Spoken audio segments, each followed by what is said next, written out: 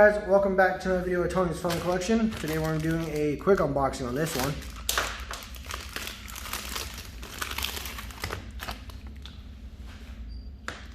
Let's go and take a look. This is a Samsung A570. I think it's with Verizon if I remember right.